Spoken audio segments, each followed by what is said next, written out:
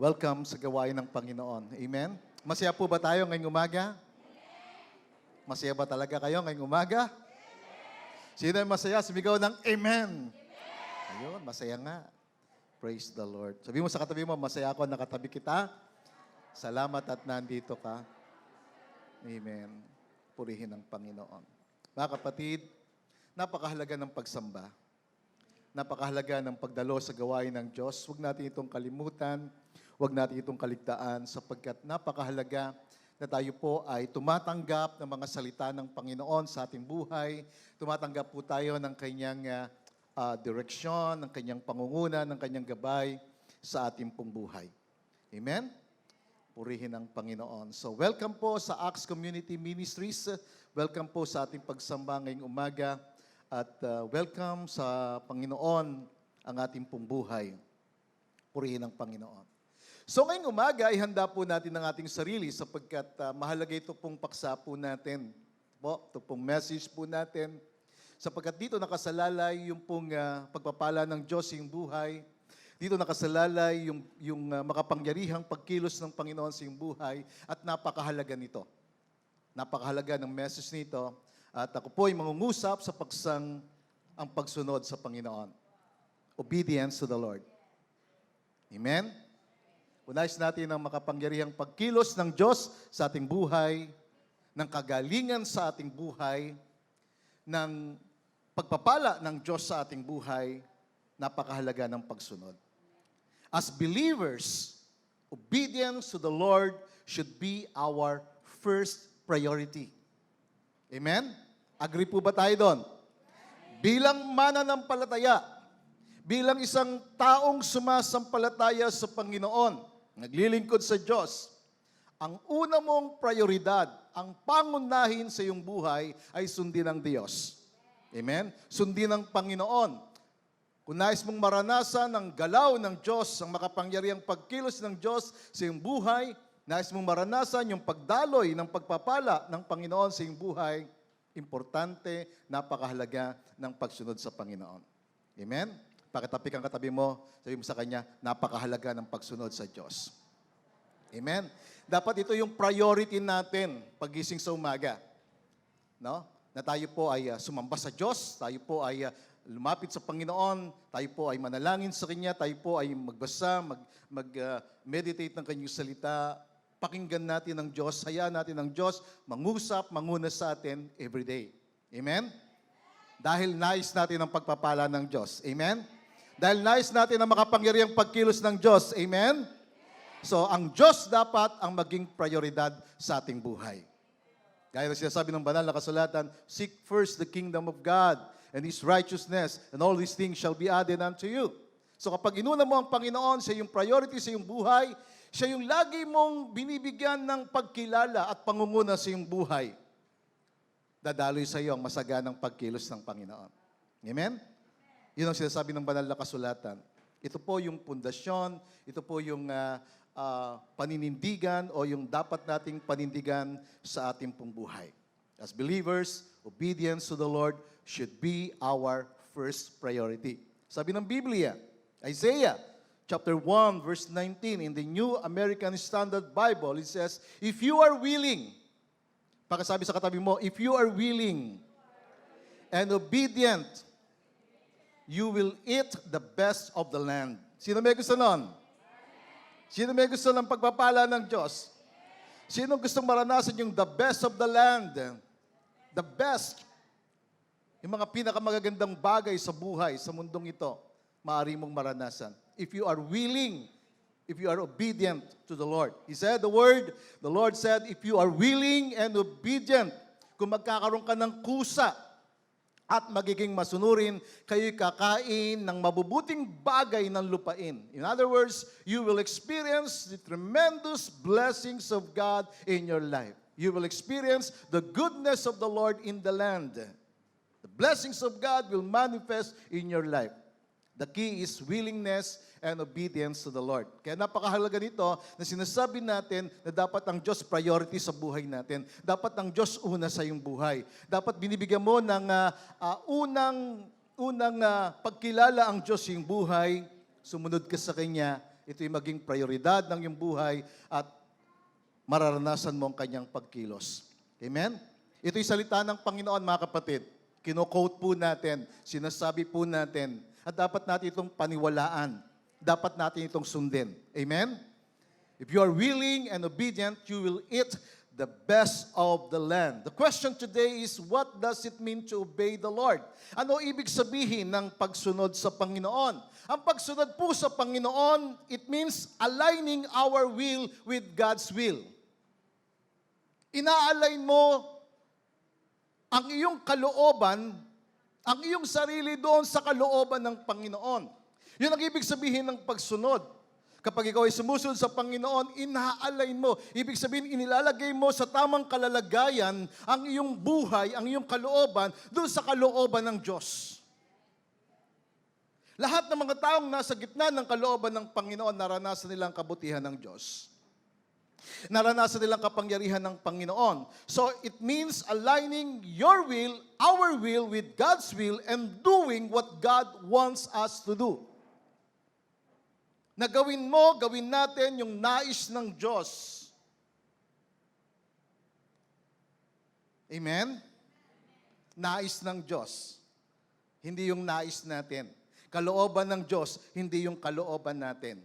Yung gusto ng Diyos sa ating buhay, hindi yung gusto natin. Yung plano ng Diyos sa iyong buhay, hindi yung plano mo. Of course, many are the plans in man's heart, but it is the will, the plan of God that will prevail.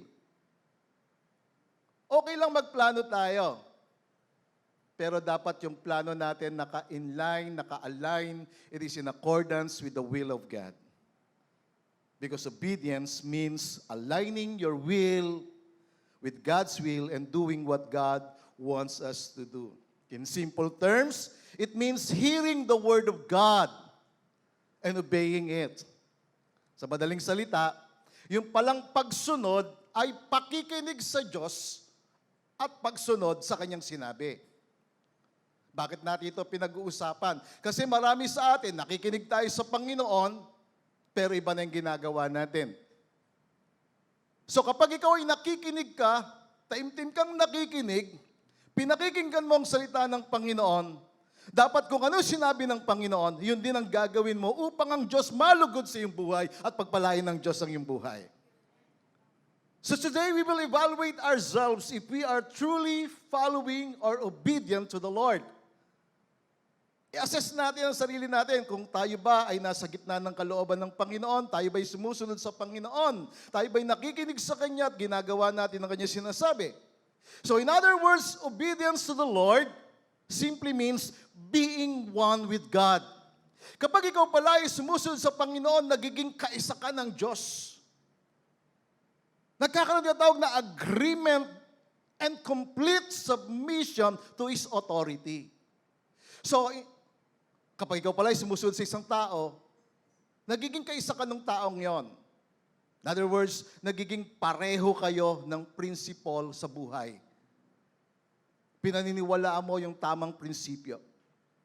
Much more in God, if you obey the Lord, naniniwala ka sa Diyos, sumasampalataya ka sa Diyos, sumusunod ka sa Kanya, you are one with Him. You are united with Him. You are in union with Him. You are in complete agreement and complete submission to His authority. We're talking about God. We're talking about His blessing sa buhay natin. We're talking about having the best of the land, the blessing of God, the goodness of God. If you are willing and obedient, you will eat, you will experience, you will enjoy the best of the land. Meaning the blessing of God, the goodness of God. Are you with me?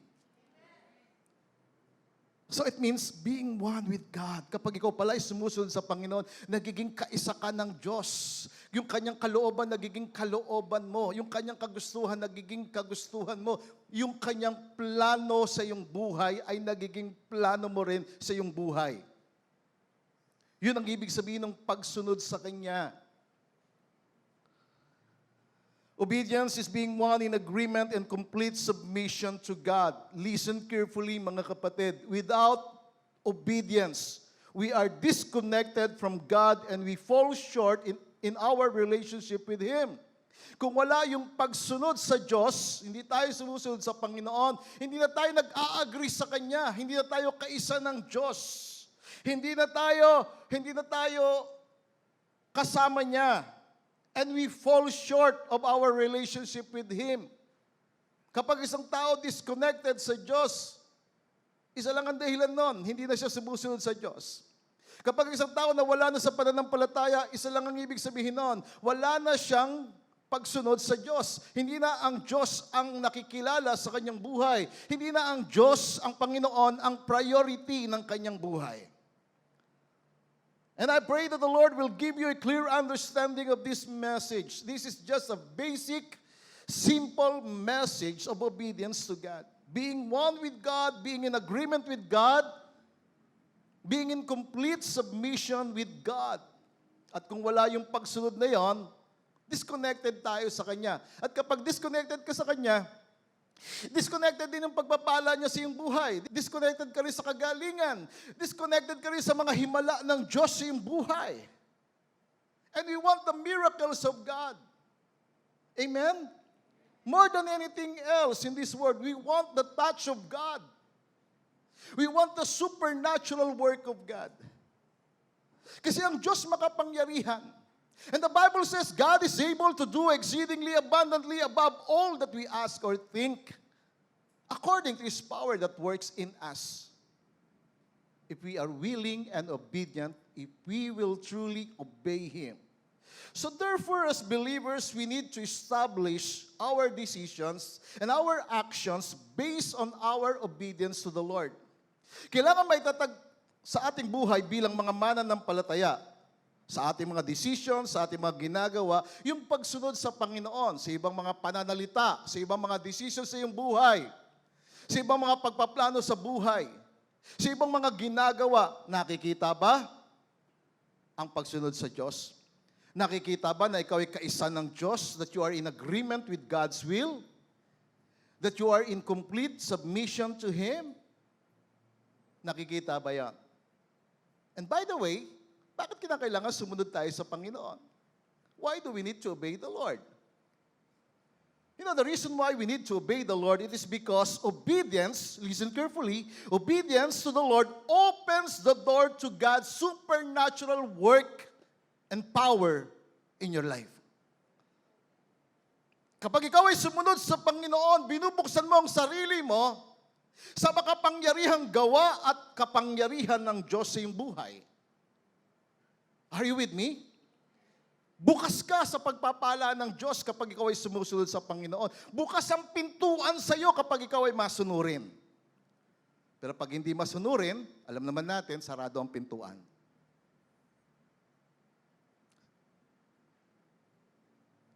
Obedience is the key that unlocks the door to the supernatural power or work of God. Supernatural. Sino niwala na ang Diyos ay supernatural? Sino niwala na ang Diyos makapangyarihan? Sino ang naniniwala na kayang gawin ng Diyos ang lahat ng bagay sa iyong buhay, higit pa sa iniisip at inaakala mo?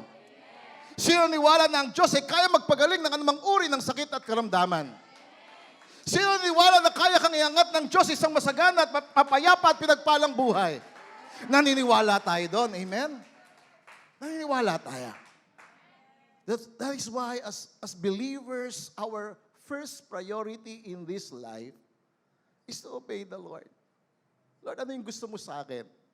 Ano yung plano mo sa akin? Ano yung nais mong gawin ko? Because we believe that obedience unlocks the door of His supernatural power. Obedience opens the door. Nagbubukas ito ng pintuan. Door of opportunity, door of blessings, door of prosperity, door of healing, supernatural. So ngayong umaga, ano ba? Itong question, what are the things? Ano yung mga bagay na magmamanifest sa mga taong sumusunod sa Panginoon? Ano yung mga bagay na pwedeng mahayag sa iyo, pwedeng makita sa iyo, pwedeng mong maranasan dahil ikaw ay sumusunod sa Panginoon? Ano yon? Una, supernatural healing. Sabihin natin, supernatural healing. Bakit supernatural healing? Kasi ang Diyos ay supernatural. Therefore, yung healing ay supernatural. We serve a God who is supernatural. He is super, beyond in our understanding, beyond in our thinking, beyond in our comprehension. God is able. And God is a supernatural God. We are natural. We are flesh and human, practical people, most of us. Because we are natural. Pero yung totoong ikaw ay spirit. Yung totoong ikaw ay hindi flesh and blood or bones. Yung totoong ikaw ay yung espiritu sa iyong kalooban. At yung espiritu na yon, doon kumukonek ang Diyos for you to experience the supernatural. Yung espiritu, yung gustong sumunod, the spirit is willing, but the Lord said, the flesh is weak. The flesh wants always to be in the comfort zone. Doon lang yung flesh natin, yung sarili natin, gusto natin na, okay lang ako, pastor dito. Tama na ako sa ganitong kalagayan. Okay lang, magsisimba ako, minsan hindi magsisimba. Okay lang, minsan mananalangin ako, minsan hindi. Okay lang yon.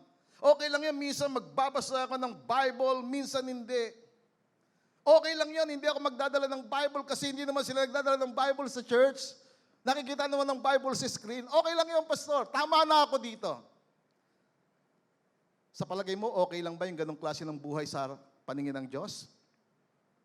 Okay lang ba sa ating buhay na hindi natin naaabot yung gustong ipaabot ng Diyos sa'yo? Okay lang ba sa iyo na hindi mo maranasan yung nais na iparanas ng Diyos sa'yo? Okay lang ba yan? I'm talking about the supernatural work of God. God is supernatural. God is powerful. And He wants you to experience this supernatural healing. And ito yung manifestation ng mga sumusunod sa Panginoon. Supernatural healing is the work of the Lord to those who carefully obey the Lord. Take note of Exodus 15, verse 26. In the Christian Standard Bible, it says, He said, the Lord said, the Lord meaning He is the owner, the creator of all things. He said, if you will carefully obey the Lord your God, kung magiging maingat ka na susundin siya ng buong puso. If you will carefully obey the Lord your God, do what is right in His sight, pay attention to His commands, to His words, and keep all His statutes. He said, I will not inflict. In other words, I will not allow sickness, illnesses on you that I inflicted on the Egyptians. God is a supernatural God. God is so powerful that He will not allow sickness in your life if you will obey, if you will carefully obey the Lord.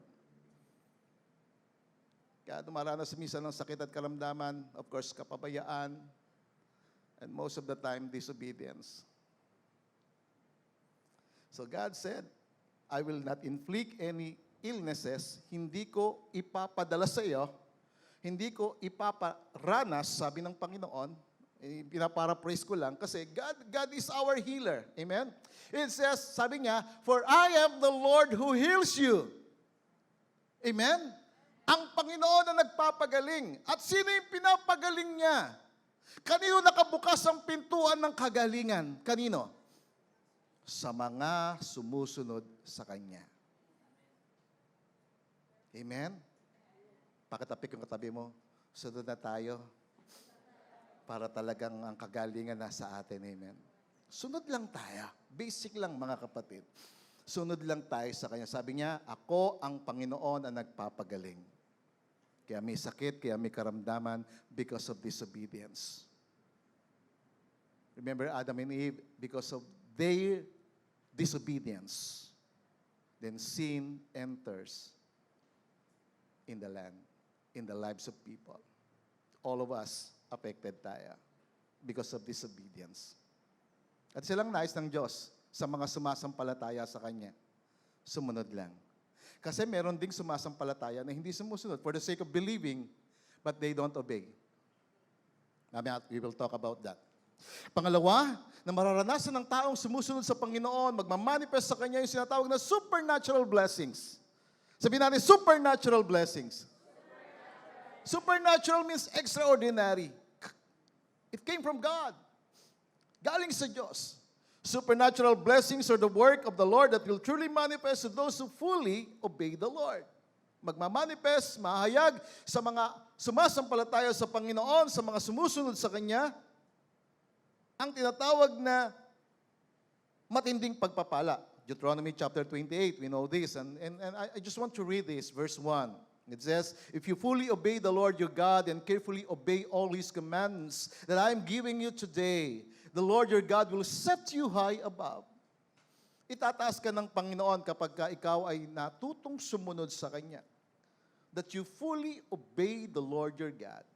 Kung lubos mo siyang susundin. Pangalawa, you will experience all these blessings if you obey the Lord your God.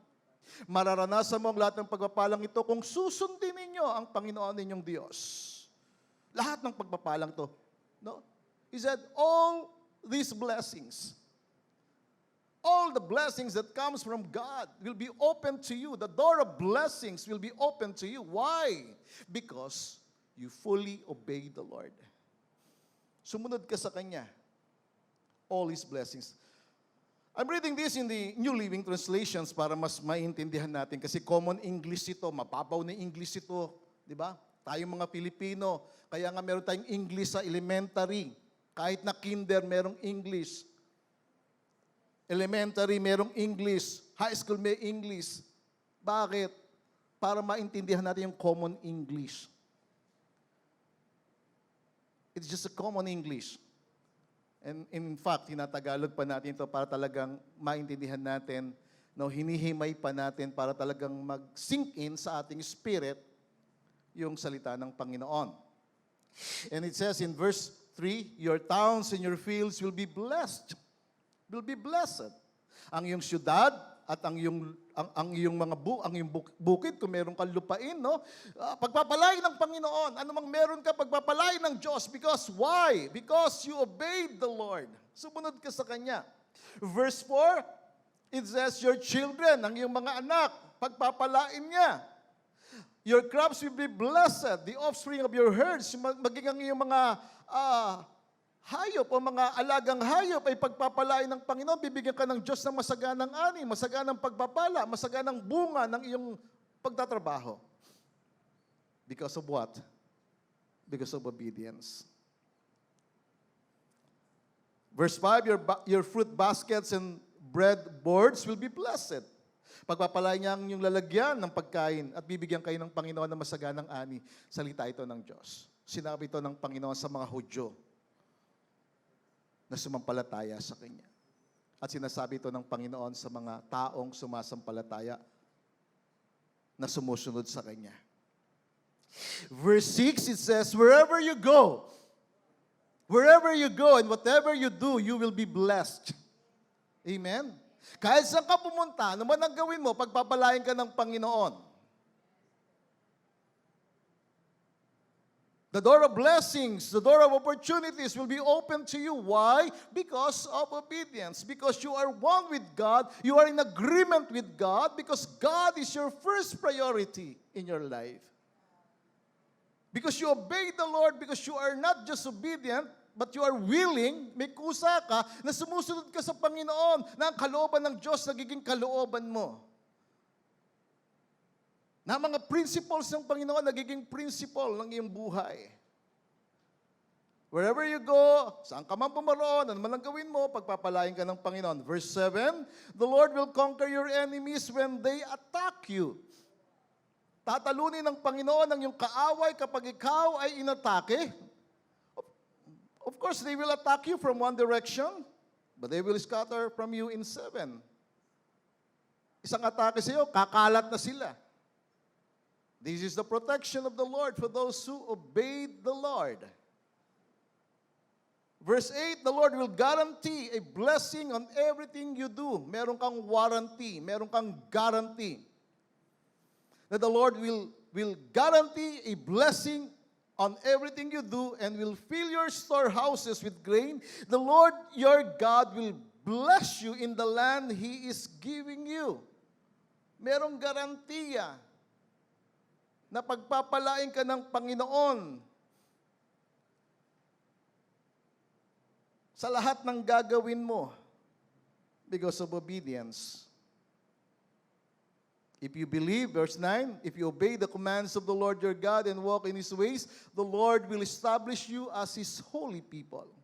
Kapag ikaw ay sumunod sa Panginoon, itatatag ka ng Diyos bilang isang banal na tao sa Kanya.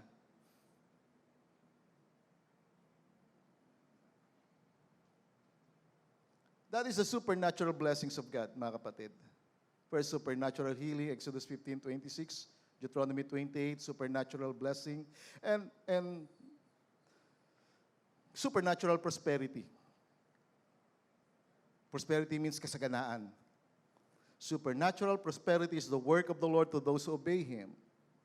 Job 36, verse 11 to 12, in the New Living Translation, it says, if they listen, God said, if they listen, God said through His servant, if they listen and obey God, they will be blessed with prosperity. Kung sila'y makikinig sa Diyos at susunod sa Diyos, pagpapalain sila ng Panginoon ng masaganang buhay. Para praise natin, kung susunod ka, kung makikinig ka sa Diyos at susunod ka sa Diyos, pagpapalain ka ng Diyos ng masaganang buhay. Masaganang buhay. Pagpapala ng Diyos, kasaganaan ng buhay. But verse 12, it says, throughout their lives, all their years will be pleasant. Ano ibig sabihin nun? Ang lahat ng iyong mga taon ay magiging kaaya-aya. Magiging kaaya-aya ang iyong buhay. When God gives blessings, He adds no sorrow with it. Kapag ang Diyos nagbigay ng pagpapala sa iyo, hindi siya nagdadagdag ng kalungkutan. Sinabi niya sa Proverbs chapter 10, in short, kapag pinagpala ka ng Panginoon, ilalayo ka niya sa kapighatian. Ilalayo ka niya sa kalungkutan. Bibigyan ka niya ng kaaya-ayang buhay. Bakit? Kasi sumusunod ka sa Panginoon. Hindi naman natin sinasabi na kapag sumusunod ka sa Panginoon, kumbaga parang hindi mo maranasan. Of course, darating yun, may atake. Pero ilalayo ka ng Panginoon. Bibigyan ka ng Diyos ng kaaya-ayang buhay. Amen? Are you with me? Nakikinig po ba tayo? Purihin ang Panginoon. Sabihin mo sa katabi mo, salamat sa iyong pakikinig. At sabihin mo rin sa Kanya ng mahinahon, salamat sa iyong pagsunod. Diba? Kapag nakikinig ka, dapat sumunod ka rin. Hindi yung nakinig ka lang dito, pagkatapos lumabas, at iba na ang ginagawa. Mga kapatid, importante ito. Napakahalaga nito. Kung makikinig sila, susunod sa Kanya, buong buhay silang mamumuhay sa kasaganaan at kaligayahan. Yun sinasabi ng Job 36, verse 11. Now, all of these verses na ating pinakita, it is written in the Old Testament. Pastor, Old Covenant yan, Old Testament yan. How can we make it possible sa buhay natin? How can we make it possible? How can we make them possible? Supernatural healing, supernatural blessings, supernatural prosperity. Paano ito magiging posible sa ating buhay? Punta tayo sa New Testament. Ephesians chapter 1, verse 3. Basahin natin ng malakas. Ready? Go! Blessed be the God and Father of our Lord Jesus Christ, who hath blessed us with all spiritual blessings in heavenly places in Christ. By the way, ang binabasa natin King James Version, kaya hath, ibig sabihin ng hath, it means has. So, has blessed us with all spiritual blessings. All spiritual blessings. Blessed be the God and Father of our Lord Jesus Christ, who has blessed us. He has blessed us, past tense, with all spiritual blessings in the heavenly places in Christ. All the blessings, all the supernatural healing, All the supernatural blessings and all the supernatural prosperity, they are in Christ. Christ is the fulfillment of all the promises of God. Christ is the source of all the blessings of God. In Christ, all the promises of God, they are yes and amen. Do you believe that? Kay Kristo lahat ng pangako ng Diyos, oo. Walang hindi. Kaya si Kristo, ang Panginoong Jesucristo natin, ang kaganapan ng lahat ng pagpapala, lahat ng kagalingan, lahat ng kasaganaan sa buhay kay Kristo. That is why we need to connect our lives to Jesus Christ. We connect to Him. We believe in Jesus. The words of Jesus is the final authority in this church. Jesus is the head in this church. Jesus is our leader. Jesus is the senior pastor. He is our pastor. He is our shepherd. Amen? Siya yung ating itinataas, siya yung ating pinapangaral, siya yung ating tinuturo, siya yung ating ipinapakilala, si Jesucristo. Bakit? Kasi si Jesucristo ang kaganapan ng lahat ng pangako ng Diyos, lahat ng pagpapala ng Diyos ay na kay Kristo. And the Bible says, He has blessed us with all spiritual blessings in heavenly places. And all the spiritual blessings in the heavenly places, they are all in Christ. Lahat yan na kay Kristo. Sabi ng New Living Translation, it says, all praise to God, the Father of our Lord Jesus Christ, who has blessed us with every spiritual blessing in the heavenly realms because we are united with Christ. To be in Christ means to be united with Christ. To be in Christ means to be in agreement with Christ. To be in Christ means to be in complete submission to Christ. So all the blessings is in Christ. And He has blessed us with every spiritual blessing in the heavenly realms. Why? Because we are united. Sino rito yung kaisa ni Kristo? Sino rito nakipag-isa kay Heso Kristo? Sino rito yung tumanggap kay Heso Kristo bilang Panginoon ang tagapagligtas ng kanyang buhay? Siya yung Panginoon. Amen? Siya yung tagapagligtas.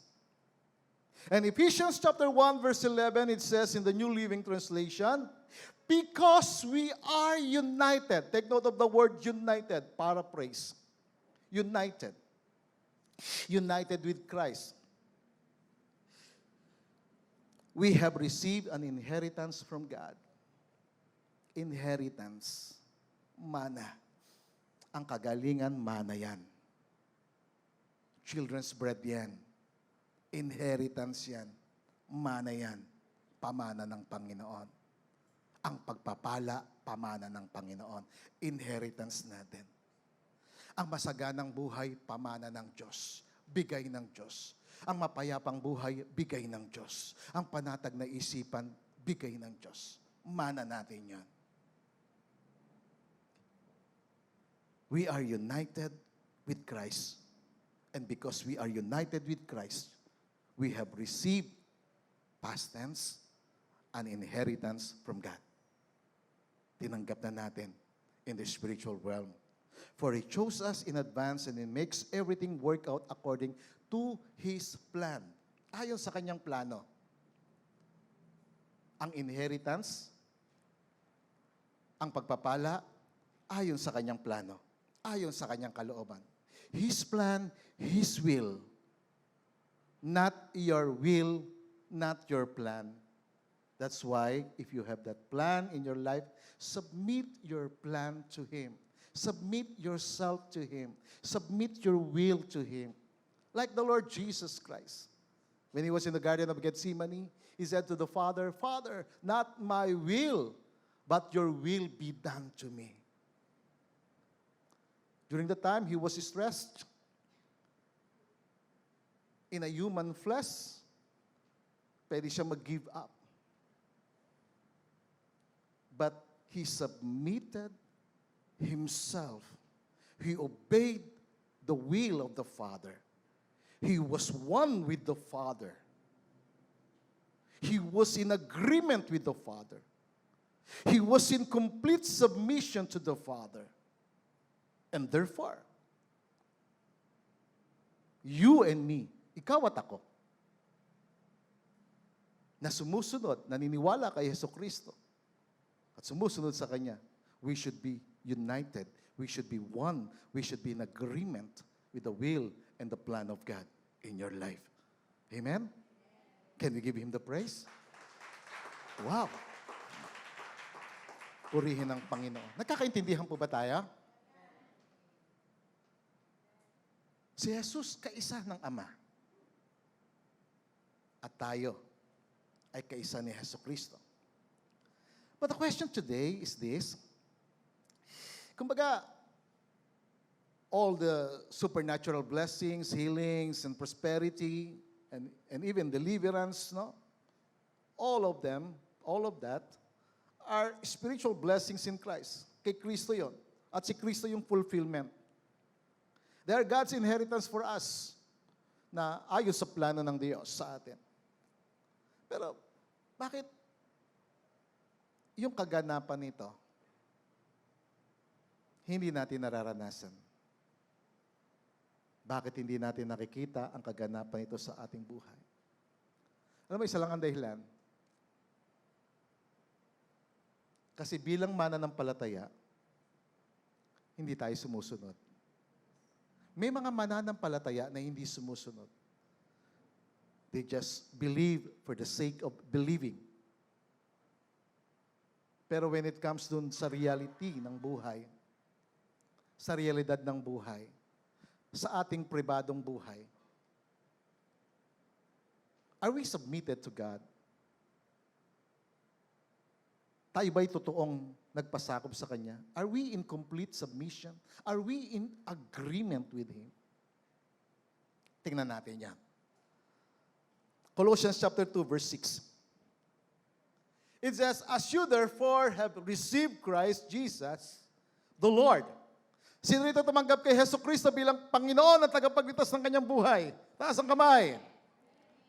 Amen. Taas ang kamay. Wow. 1, 2, 3, 10, 12. How about the others? 20, 30, 40. Lahat ba tayo kumilala, tumanggap kay Jesucristo bilang Panginoon? Si Jesus ba ang Panginoon ng iyong buhay? Jesus is the fulfillment of all the promises of God.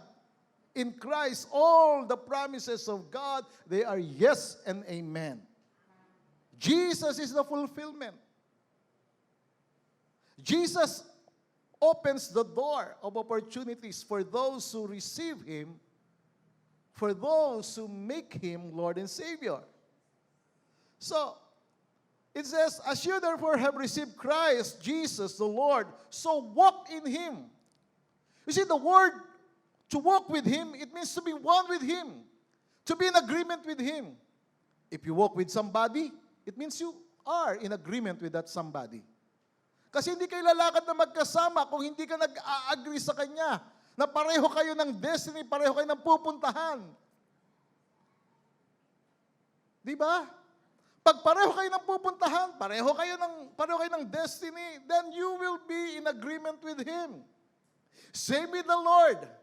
To walk with Him, it means to be one, to be in agreement, to be united, to be in union with Him. In other words, it means to be in complete submission with His authority or to His authority. Nagpapasakop ka sa Kanya. Kung totoong tinanggap mo ang Panginoong Jesucristo, lumakad ka na kasama Niya. Mamuhay ka na kasama Niya. Maging kaisa Kanya. Be in complete submission to His authority. Why? Because you receive Him as your Lord and Savior. He is the Lord, meaning He is the authority in your life. Yun ang ibig sabihin ng Lord. Siya yung Panginoon. Hindi Panginoon. Panginoon siya, tapos ikaw naman, Panginoon, pero hindi ka naman sumusunod, paano matatanggap yung Panginoon?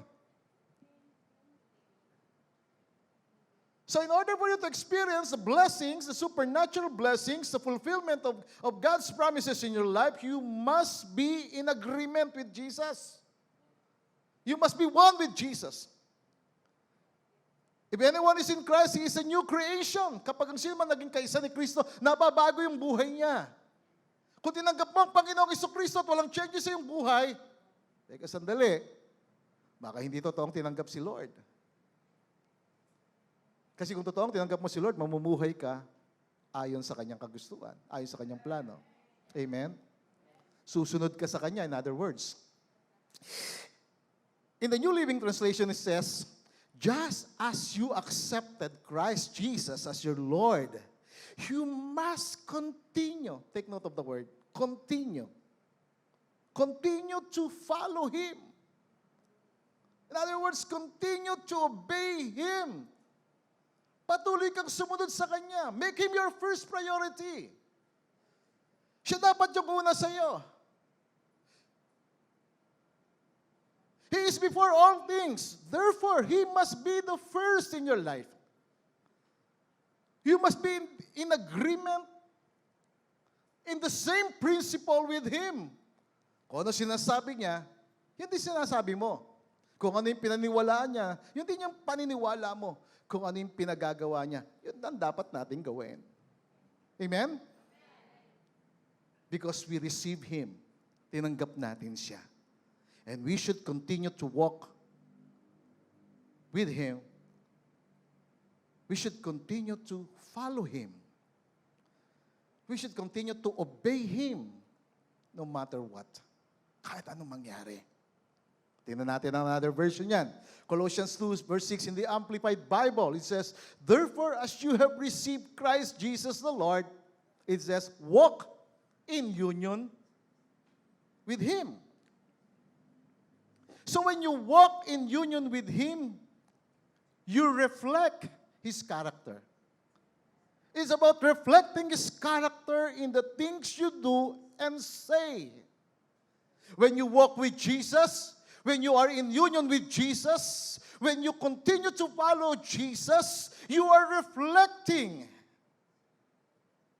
His character in the things you do and say. Nagre-reflect sa iyo yung kanyang character. Nagre-reflect sa iyo kung sino si Jesus. Nakikita sa iyo si Jesus. Nakikita sa iyong pananalita si Jesus. Nakikita ng mga tao sa iyong pamumuhay si Jesus. Amen? So kung hindi nararanasan ng isang tao ang kagalingan, ang pagpapala ng Diyos, ang mapayapang buhay, there is something wrong. Maybe because we disobey. Maybe because pwedeng nag-church, pwede kang ma-attend, pero in your private life, in your personal life, you are disconnected to Him. At kukonek ka lang sa Kanya ulit pagka Sunday. Throughout the days, how about your life? Kamusta ang buhay? Nagre-reflect ba sa atin ang buhay ni Jesus? Nagre-reflect ba sa atin yung mga prinsipyo ni Jesus? Yung mga katotohanan ng kanyang salita?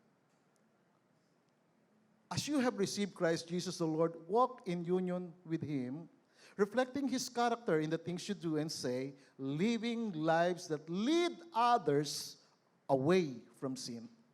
Na namumuhay ka ng isang buhay na nililid mo, ginagabayan mong iba, malayo sa kasalanan. So the word walk in Him, follow Him, and walk in union with Him is the same as obeying Him. Because you cannot walk in Him or in union with Him unless you obey Him. Unless you are in agreement with Him. So to be in union, to be one with Him, to be in agreement with Him, it means a reflection of your life. Ito yung reflection mo sa iyong buhay. Ito ang makikita sa atin. You see, hindi lang natin dapat tinanggap ang Panginoong Jesucristo. Dapat tayong sumunod sa Kanya. Amen. Pakatapik ang katabi mo, dapat sumunod sa Kanya. Hindi lang natin siya tinanggap, dapat tayong sumunod sa Kanya. Because through union and obedience with the Lord, we will see. Take note of that. Sa ating pakikipag-isa, sa ating magkakaroon ng agreement with the Lord Jesus, sa ating pagsunod sa Kanya, makikita mo, mararanasan mo yung Kanyang supernatural work, yung Kanyang himala, yung Kanyang kapangyarihan sa iyong buhay. Sino may gusto nun? Gusto ko yan. Gusto kong maranasan ang kapangyarihan, ang pagpapala ng Diyos sa aking buhay. Gusto kong maranasan yung kalooban, yung plano ng Diyos sa aking buhay, sa ating buhay. Therefore, the question is this: what must we do? Ano dapat nating gawin? What must we do to experience the supernatural work of God? What must we do to experience the fulfillment of the promises of God in our lives? What must we do? Ano dapat nating gawin upang makakita tayo ng himala, ng kagalingan sa ating buhay, sa iyong buhay? Ano dapat mong gawin? Di ba? Ang Book of Acts, ang Gospel, Matthew, Mark, Luke, John. The Book of Acts, makikita natin doon yung tinatawag ng manifestation of the power of God. The Book of Acts is not yet finished. Hindi pa tapos, mga kapatid, ang aklat ng mga gawa. Kaya nga ipinattern natin ang pangalan natin sa aklat ng mga gawa. Pero dapat magkaroon ito ng kaganapan sa ating buhay. We should pattern our lives to the life of Jesus. We should follow Jesus. We should be in agreement with Jesus. So what must we do to experience the supernatural work? First, we must consistently obey the Lord by living His life. Take note of the word consistently. Consistently means patuloy. Patuloy. Bakit? Kasi ang buhay sa Panginoon, patuloy. Ang buhay sa Panginoon, patuloy na paganda ng paganda, paangat ng paangat, pabuti ng pabuti. We must consistently obey the Lord by living His life. Ipamuhay natin yung buhay niya. His life becomes your life.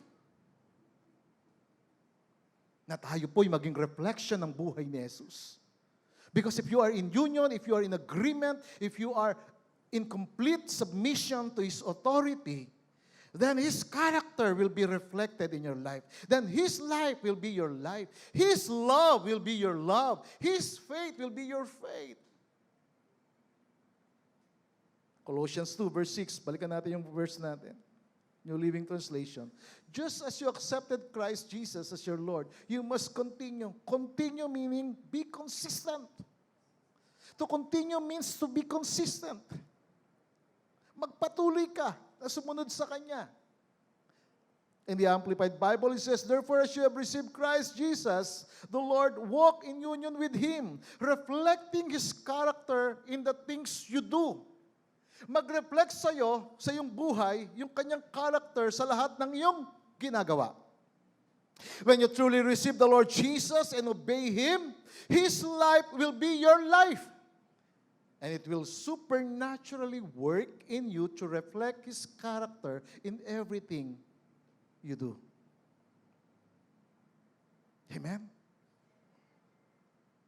Kapag ka totoong tinanggap mo si Jesucristo bilang Panginoon at tagapagligtas ng iyong buhay at sumusunod ka sa Kanya, pag sumusunod ka sa Kanya, na ipapattern mo, na ihuhulma mo ang iyong buhay sa buhay niya. In other words, His life will become your life.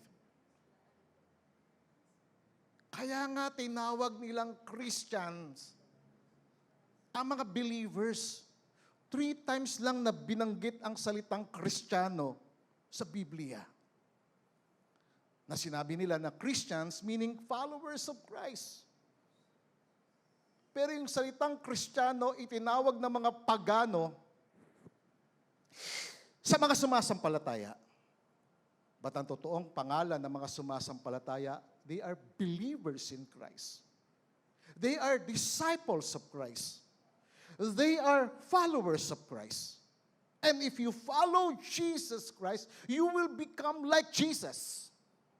Kung sino yung sinusundan mo, nagagaya mo siya. Pag talaga sumusunod ka, nagagaya mo siya. Yung kanyang character, yung kanyang prinsipyo sa buhay, yung kanyang ugali, yung kanyang buhay, nagiging buhay mo. Take note of this. John chapter 5, verse 11. And the testimony is this: God has given us eternal life.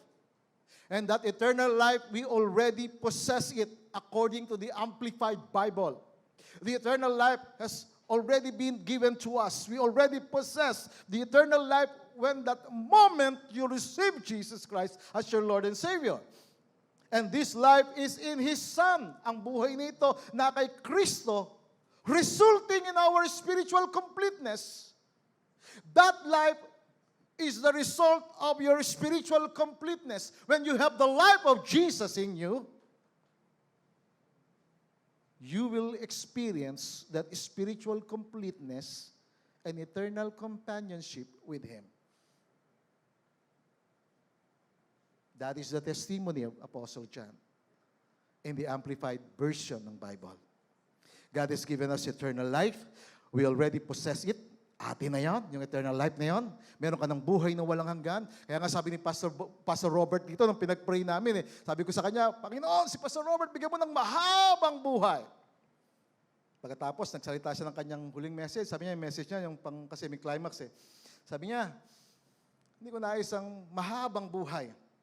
Ang gusto ko, buhay na walang hanggan. You see, that buhay na walang hanggan, that eternal life, we already possess that. We have that. And this life is in Jesus. Naka Jesus to. And when you receive Jesus, you receive His life. Kaya sabi ni Paul, sabi niya, that I may know Him and the power of His resurrection. That is the resurrection life. That is the life of Jesus. Resulting in our spiritual completeness, you will become complete because of the life of Jesus. I am complete because of Jesus. Si Jesus ang nagkukumpleto sa akin. He is my eternal companion. And I have that eternal companionship with Him. Ito ang patotoo, binigyan tayo ng Diyos ng buhay na walang hanggan. At ang buhay na ito ay nasa Kanyang anak na kay Jesus. Verse 12, He who has the Son. Siya na nasa Kanyang anak, by accepting Him as Lord and Savior, has the life. That is eternal. He who does not have the Son of God by personal faith does not have life. So, kung ang sino mang tumanggap kay Jesus, siya'y may buhay. Nasa kanya yung buhay ni Jesus. Ang kinaroroonan ng anak ay kinaroroonan ng buhay. Siya na hindi kinaroroonan ng anak ng Diyos ay hindi kinaroroonan ng buhay. Kapag wala sa iyo si Yesu Kristo, wala kang buhay na walang hanggan. At kapag wala kang buhay na walang hanggan, hindi ka kasama sa magbebenepisyo ng lahat ng pagpapala, lahat ng pangako, lahat ng himala, lahat ng pasaganang pagpapala ng Diyos. Bakit? Because you don't believe. Why? Because you don't have the Son. You don't have the life of Jesus. Why? Because you don't receive Him. That is why it is very important for us to receive. And when we receive Him, as you receive Jesus as Lord and Savior of your life, walk in Him. Be in union with Him. Be in agreement with Him. Be in complete submission to Him. Because he who has the Son, by accepting Him as Lord and Savior, has the life that is eternal. He who does not have the Son of God. Kapag wala si isang tao, ang anak ng Diyos, wala siyang buhay na walang hanggan. Napakahalaga ito, mga kapatid. Colossians chapter 2, verse 9. For in Christ lives all the fullness of God in a human body. Kay Kristo nananahan ang buong kapuspusan ng pagka-Diyos. At kung si Kristo nasa iyo, nananahan sa iyo yung buhay ni Kristo. Nananahan sa iyo. Nagre-reflect sa iyo yung kanyang character. Ikaw yung reflection ng character niya in all that you do. Verse 10, so you also are complete through your union with Christ.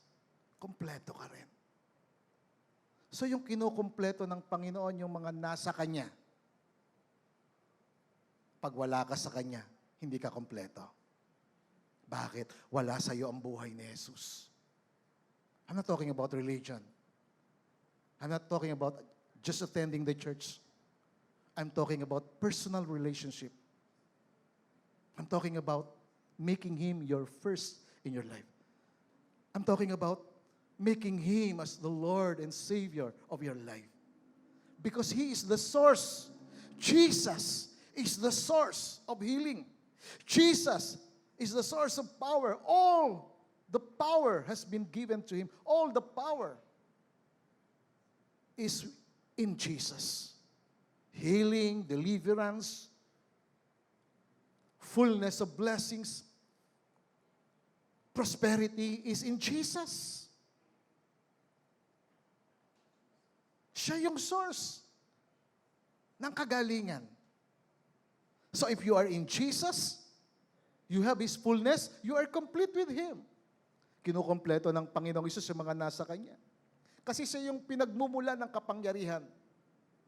At ang lahat ng bagay sumusunod sa Kanya. Tingnan natin yan. Let me give you an example. The Bible says that there's an unclean spirits na sumunod sa Kanya. Mark chapter 1. Verse 23, sa kanilang sinagoga ay may lalaking inaalihan ng karumal-dumal na espiritu na sumisigaw. Sinasabi niya, anong kaugnayan mayroon tayo sa isa't isa? Sabi niya, meron ba tayong relasyon, Jesus? May ugnayan ba tayo?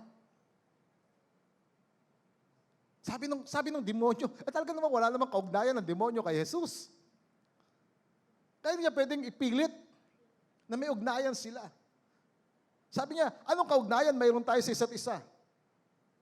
Jesus na taga Nazaret, naparito ka ba upang kami ay lipulin? Kilala kita kung sino ka, ang banal ng Diyos. 25. Sinaway siya ni Jesus at sinabi, tumahimik ka. Lumabas ka sa kanya. Matapos pangisayin ng karumal-dumal na espiritong lalaki at sumigaw ng malakas na tinig, ang karumal-dumal na espiritu ay lumabas mula sa kanya. Doon sa inaalihan ng masamang espiritu. Verse 27.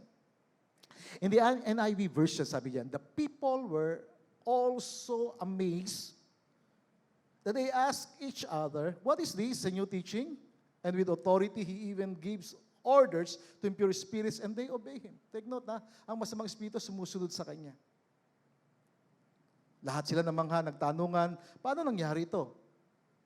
Isang kakaibang katuruan, makapangyarihan niyang nauutusan ang masamang espiritu at sumusunod naman ang mga ito sa Kanya. Take note, ang masasamang espiritu sumusunod sa Kanya.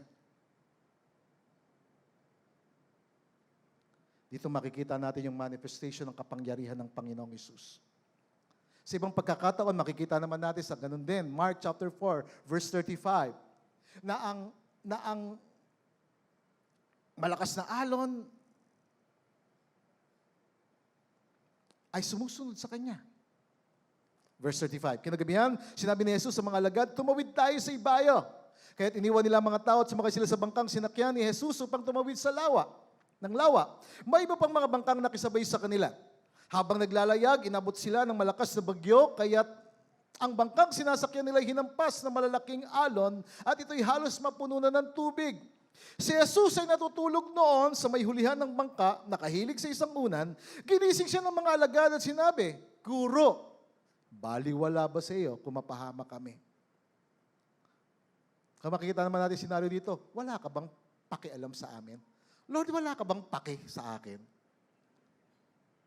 Wala ba kaming halaga sa iyo? Baliwala ba kami sa iyo? So kapag ikaw ay merong relasyon sa Kanya, hindi ka baliwala. Kaya ang masamang espiritu, walang ugnayan sa Kanya, walang relasyon. Baliwala sila sa Panginoon. Pinalalaya sila ng Panginoon sapagkat ang kapangyarihan ay nasa Panginoon. Now take note, these disciples, mga followers ng Panginoon, sabi niya, Guro, Lord, baliwala ba sa iyo na mapahama kami? Bumangon si Jesus at sinaway ang hangin. Kaya sinabi, tigil. At sinabi sa lawa, tumahimik ka. Tumigil nga ang hangin at tumahimik ang lawa. Pagkatapos sinabi ng kanyang mga alagad, sinabi niya sa kanyang mga alagad, bakit kayo natatakot? Hanggang ngayon, ba'y wala pa rin kayong pananampalataya? So makikita natin dito na ang Panginoong Hesus ang pinagmumulan ng kapangyarihan. At kapag kanyang sinabi, sumusunod. Ang masamang espiritu sumusunod sa kanya. Maging ang bagyo ay sumusunod sa kanya. So tayong pinapanahanan ng Panginoon at nasa iyo ang Panginoon, tinanggap mo siya, ikaw ba'y sumusunod sa Kanya? You see, if we will see in the New Living Translation, sabi diyan, the disciples were absolutely terrified. Who is this man that they ask each other, even the winds and waves obey him? Natakot sila. Anong klaseng tao ito, pati hangin? At lawa ay sumusunod sa Kanya. He's not just a human being. He is the fullness of God. You see, kung tayo ay totoong sumasampalataya at sumusunod sa Kanya, yung ginawa ng Panginoong Hesus, gagawin mo rin. Why? Because His life will be your life. And it will truly manifest in your being. It's about having His life. Lahat ng mga ginawa ng Panginoong Hesus na yon, ay gagawin din ng mga sumusunod sa Kanya. That we as His people should be the reflection of His life, of His being, of His character. Take note of what Apostle Paul said in 2 Corinthians chapter 4, verse 10. Sabi niya, we always carry around in our body the death of Jesus so that the life of Jesus may also be revealed in our body. Kasi makikita naman natin yung example ng buhay ni Jesus. Dumadaloy sa kanyang kapangyarihan ng Diyos Ama. Dumadaloy sa kanya, siya yung pinagmumulan ng kapangyarihan. Siya yung pinagmumulan ng masaganang buhay. Kaya nga pinakain niya maraming tao. And because we receive Jesus, we should be the reflection of Jesus. That the life of Jesus will be revealed in our body. Makita si Jesus sa atin. Verse 11, it says, for we who are alive and are always being given over to death for Jesus' sake, na kami na nabubuhay ay laging nahantong doon sa kamatayan para kay Jesus, so that His life may also be revealed in our mortal body. Twice na binanggit sa 2 Corinthians chapter 4, yung word na, so that His life, the life of Jesus, be revealed to us. So, paano marireveal sa iyo ang buhay ni Jesus kapag ikaw ay sumusunod kay Jesus? Kapag ikaw ay naging kaisa ni Jesus, ang masamang espiritu ay lalayas dahil wala silang kaugnayan sa iyo. Amen? Feeling ng kaaway, feeling ng dyablo, may kaugnayan siya sa mga anak ng Diyos. Paano nyo nakikita yon? Paano natin nararamdaman yon? Kasi nanggugulo siya. Nagdadala siya ng pag-aaway sa pamilya. Nagdadala siya ng kaguluhan sa pamilya. Feeling niya kasama siya sa pamilya. And that is why if you have the Lord Jesus, if you truly receive the Lord Jesus as your Lord and Savior, therefore, ang Lord sa bahay ay ang Panginoon, hindi ang masamang espiritu. At therefore, you are His representative. You are the reflection of Jesus. The life of Jesus is in you for you to command them. Palayasin sila na umalis sa inyong buhay. Amen? You have that authority. His life must be revealed to those who believe and obey Him. Let the life of Jesus be revealed in our mortal body. Let His life be our life. Let His love be our love. Let His faith be our faith. Let His power and authority flow in us. Amen? Kapag sumusunod ka sa Panginoon, magre-reflect siya sa iyo. Yung buhay niya magre-reflect sa iyo. At kapag ang buhay niya nasa iyo ang kanyang kapangyarihan. Nasa iyo ang kanyang authority. We are the body of Christ. And Jesus is our head.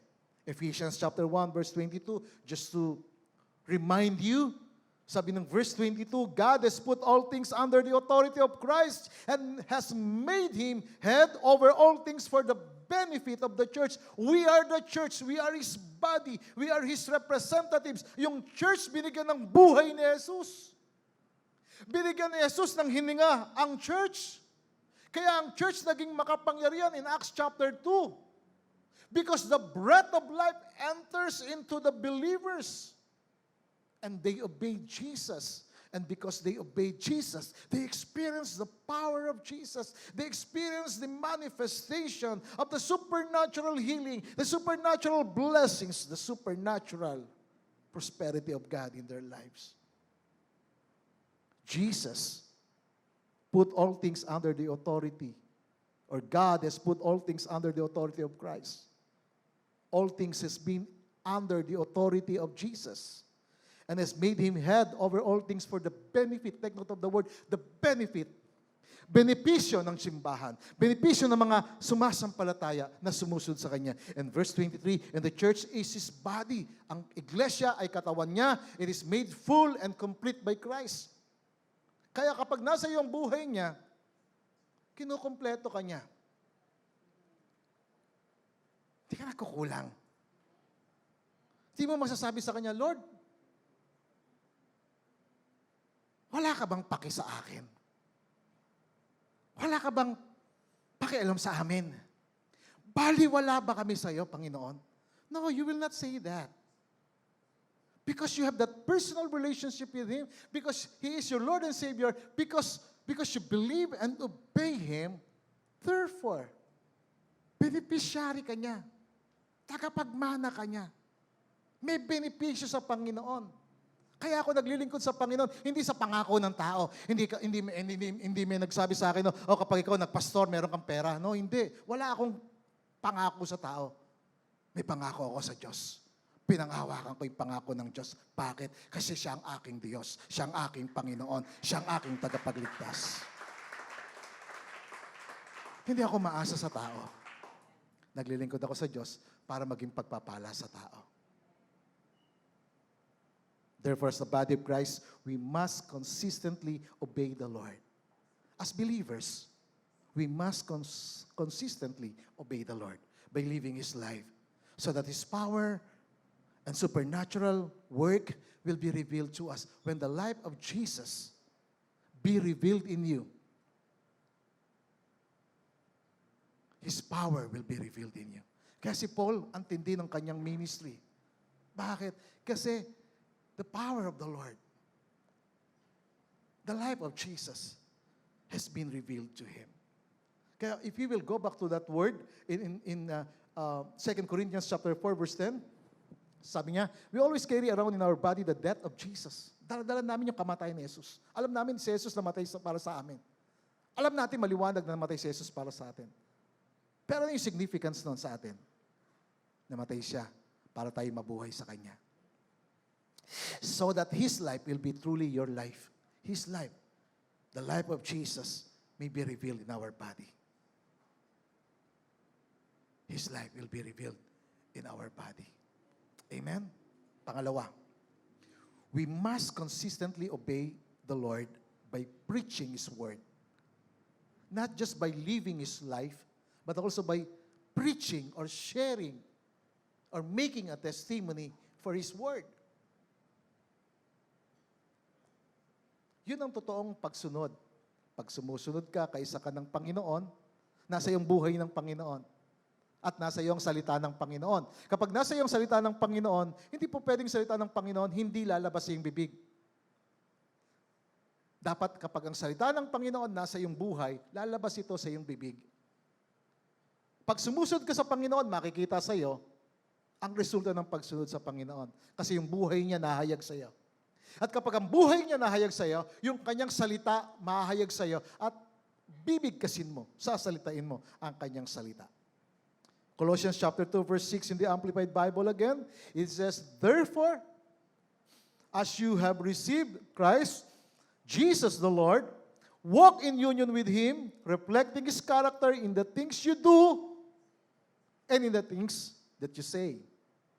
You do and say living lives that lead others away from sin. When you share the word, when you preach the word of God, when you make a testimony for Jesus, you are living a life that lead others away from sin. Kasi nakakakita sila ng example. Nakakakita sila ng reflection. At kasi naririnig nila ang salita ng Panginoon. Our main focus of obedience should be that through our union, through our unity, through our agreement with Christ, we are reflecting His character in all the things that we do and say. Mag-reflect sa ating buhay at pananalita. By being consistent, patuloy tayo, continue to follow Him, continue to share His Word, being consistent in preaching or sharing the Word of Jesus, for His Word is the good news of salvation. Sabihin natin, pag nasa iyong buhay ni Jesus, hindi pwedeng hindi ka magsasalita para kay Jesus. Pag wala ang buhay ni Jesus sa'yo, hindi ka magsasalita para sa Kanya. But because the life of Jesus is in you, because you receive Jesus as your Lord and Savior, His life is reflecting in your life. Siya yung nag-take over sa'yo, siya yung nasusunod sa'yo, siya yung Panginoon mo ng iyong buhay. Therefore, you must speak for Jesus. Magiging spokesman ka niya. Tagapagsalita ka niya. Kaya sabi ng Panginoong Hesus sa Mark 16 verse 15, in the New Century Version, Jesus said to His followers meaning to those who are one with Him, to those who are united with Him, to those who are in agreement with Him. They are the followers of Jesus. They are the disciples of Jesus. And if you are one with Jesus, you are united with Jesus, therefore you are a disciple of Jesus. You are one of His followers. And He said to His followers, go everywhere in the world and tell the good news. Sabihin niyo ang mabuting balita. Amen?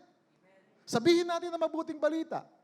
Si Jesus nagpapatawad, si Jesus nagpapagaling, si Jesus nagbibigay ng buhay na walang hanggan. Si Jesus ay nagmamahal. Si Jesus ay nagmamalasakit. Si Jesus ay nagliligtas. Yun ang mabuting balita. Si Jesus ay namatay at muling nabuhay. Yun ang mabuting balita. At nawa, si Jesus makita sa atin upang tayo magsalita para kay Jesus. Because ang kanyang mga followers ay binigyan niya ng life, task, ng assignment. This is our assignment as His followers, to go everywhere and to tell the good news to everyone. Amen? Humayo at ipangaral, ipahayag ang mabuting balita. So makikita natin sa verse 20, the followers went everywhere in the world and told the good news to people, and the Lord helped them, and the Lord proved that the good news they told was true by giving them the power to work miracles. So pinatunayan ng Panginoon yung kanyang mga salita nang mayroong kasamang mga himala at mga kababalaghan, mga tanda. Dahil mayroong sumunod. If you want to see the miracles of Jesus, if you want to see and experience the manifestation of healing, of His blessings, if you want to see and to experience deliverance and the power of God in your life, live for Jesus and share the word of Jesus. Amen?